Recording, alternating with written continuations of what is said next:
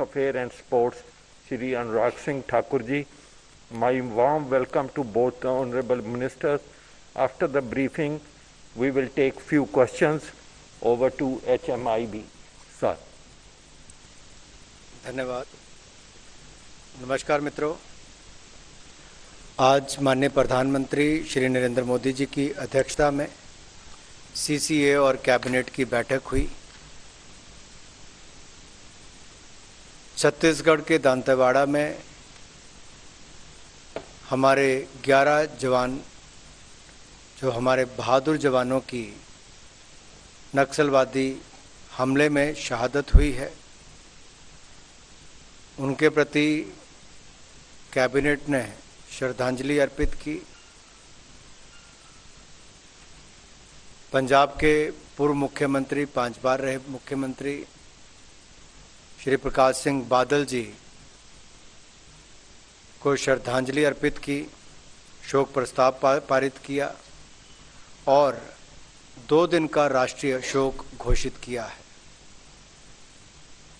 मैं आप सबसे भी अनुरोध करता हूं कि दांतेवाड़ा में जो भारत के 11 जवान शहीद हुए हैं, उनको और श्री सरदार प्रकाश सिंह बादल जी को श्रद्धांजलि देने के लिए आप भी अपने समय पर स्थान पर खड़े हों और 2 मिनट का मौन अर्पित करें।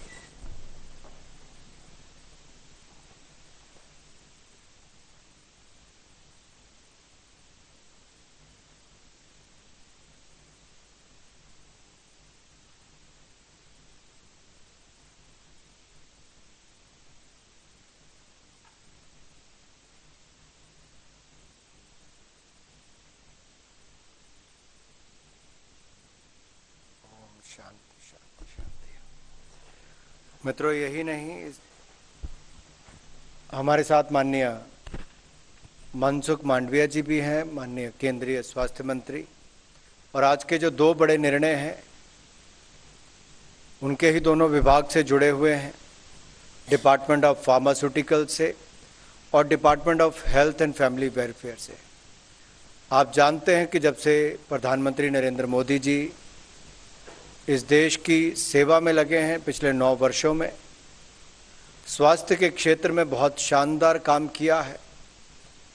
हमारे एम्स की संख्या अभूतपूर्व गति से बढ़कर उसको आगे बढ़ाने का काम किया।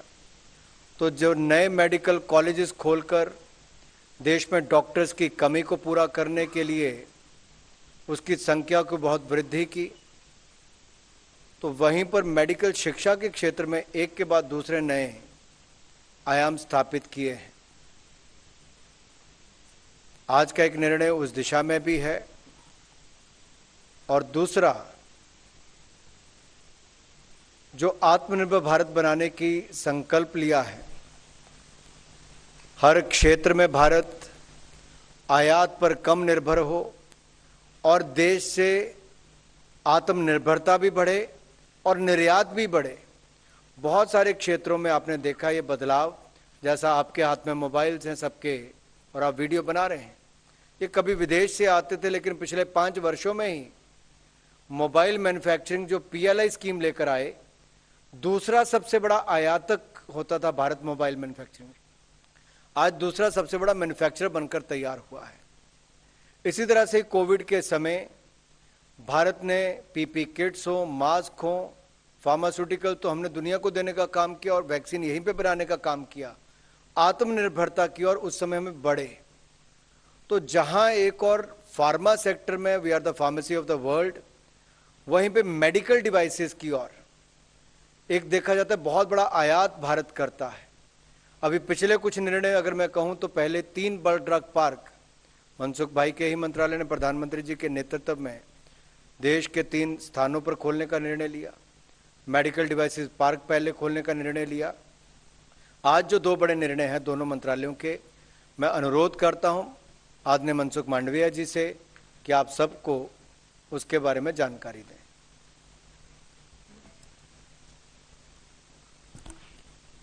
नमस्ते दोस्तों, आज CCA में एक महत्वपूर्ण निर्णय किया गया है। ये निर्णय है देश में 157 न्यू गवर्नमेंट नर्सिंग कॉलेज खोलने के लिए। एक नर्सिंग कॉलेज के लिए जहाँ मेडिकल कॉलेज है वहाँ ही 10 करोड़ रुपया के सहयोग से एक नर्सिंग कॉलेज बनाई जाएगी।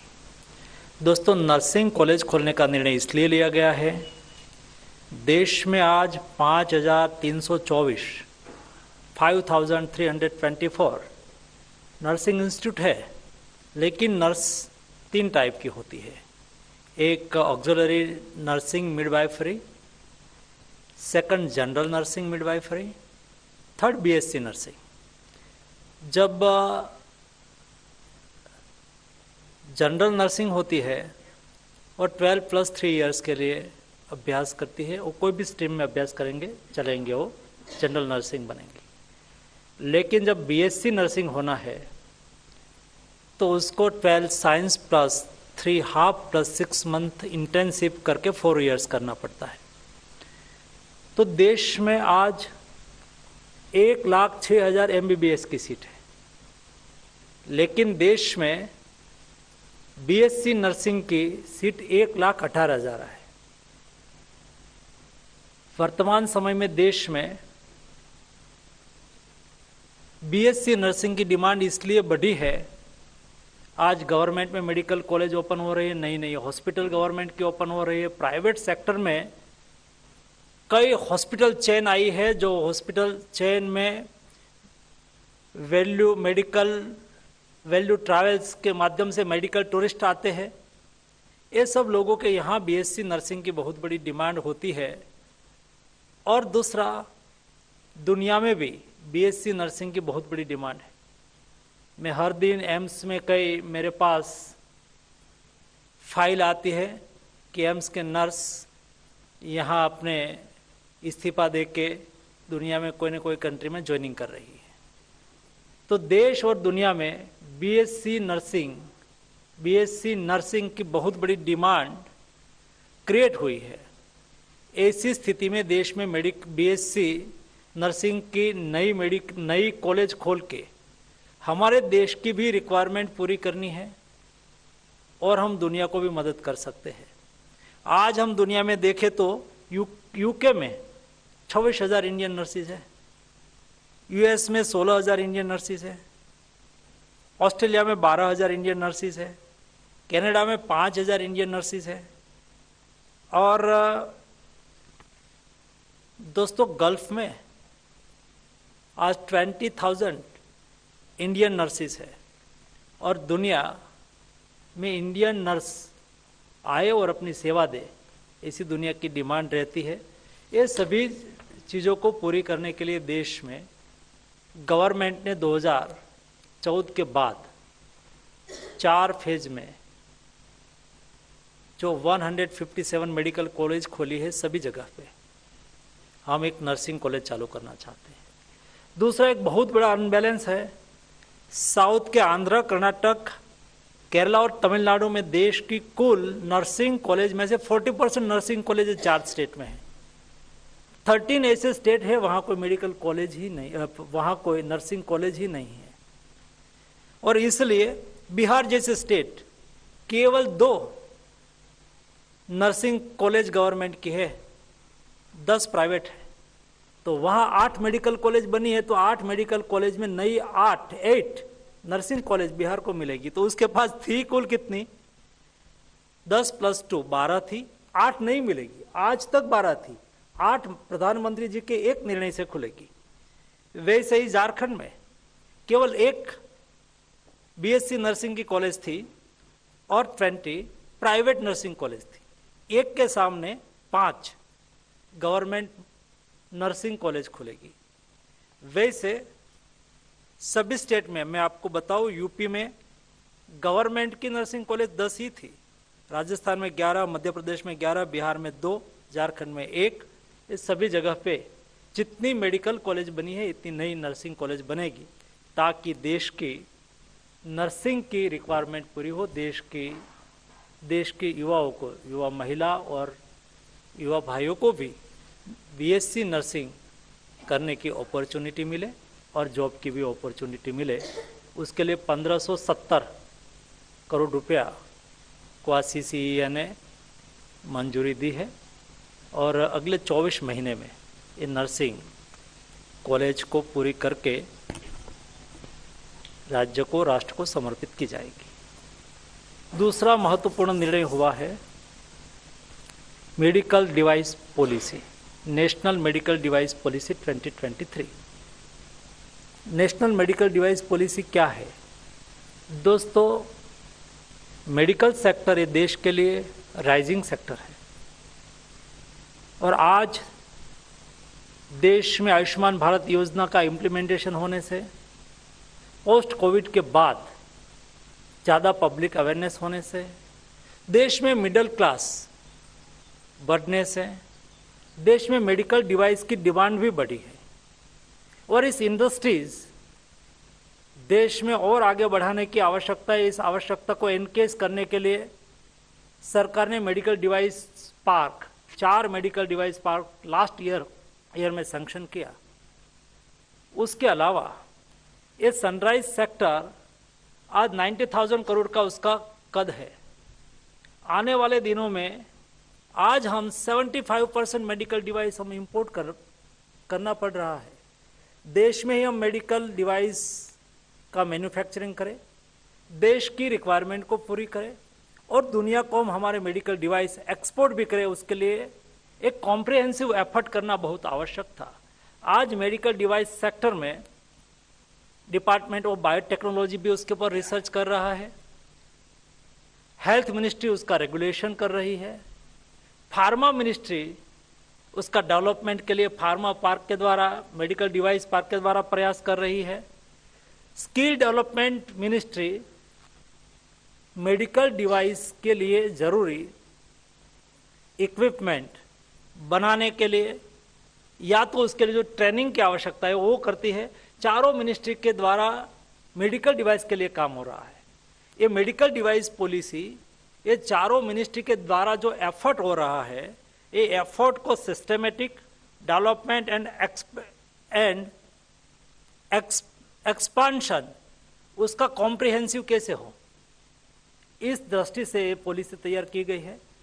ये पॉलिसी के तहत देश में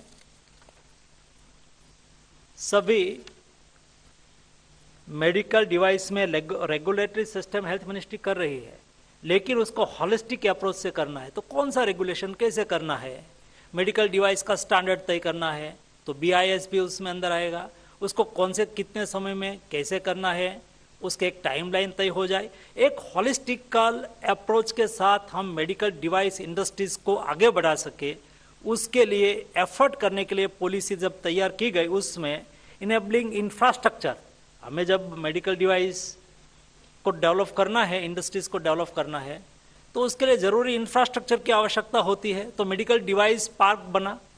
मेडिकल डिवाइस पार्क में टेस्टिंग फैसिलिटी कैसे बने, उसके लिए क्लस्टर अप्रोच से मेडिकल डिवाइस क्लस्टर के स्केटर्ड छोटे इंडस्ट्रीज हो, तो ये सब इंडस्ट्रीज के लिए ट्रेनिंग की आवश्यकता होती है।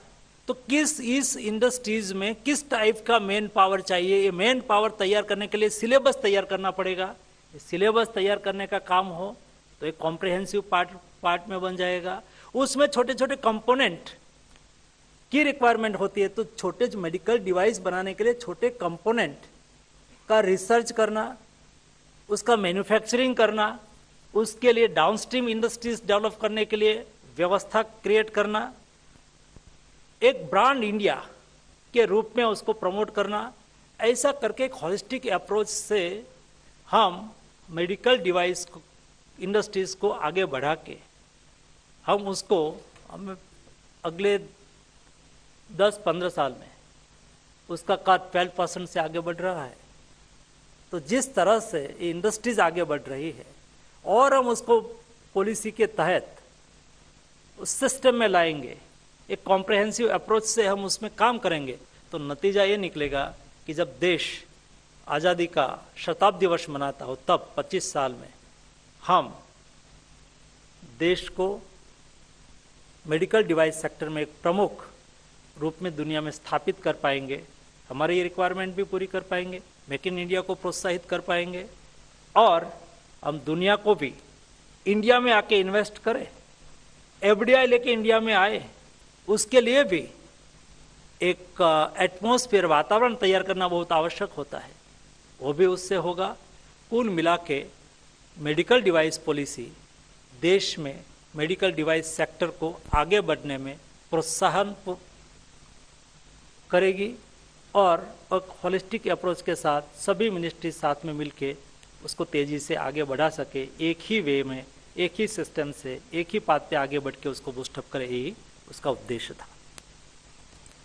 जी questions we are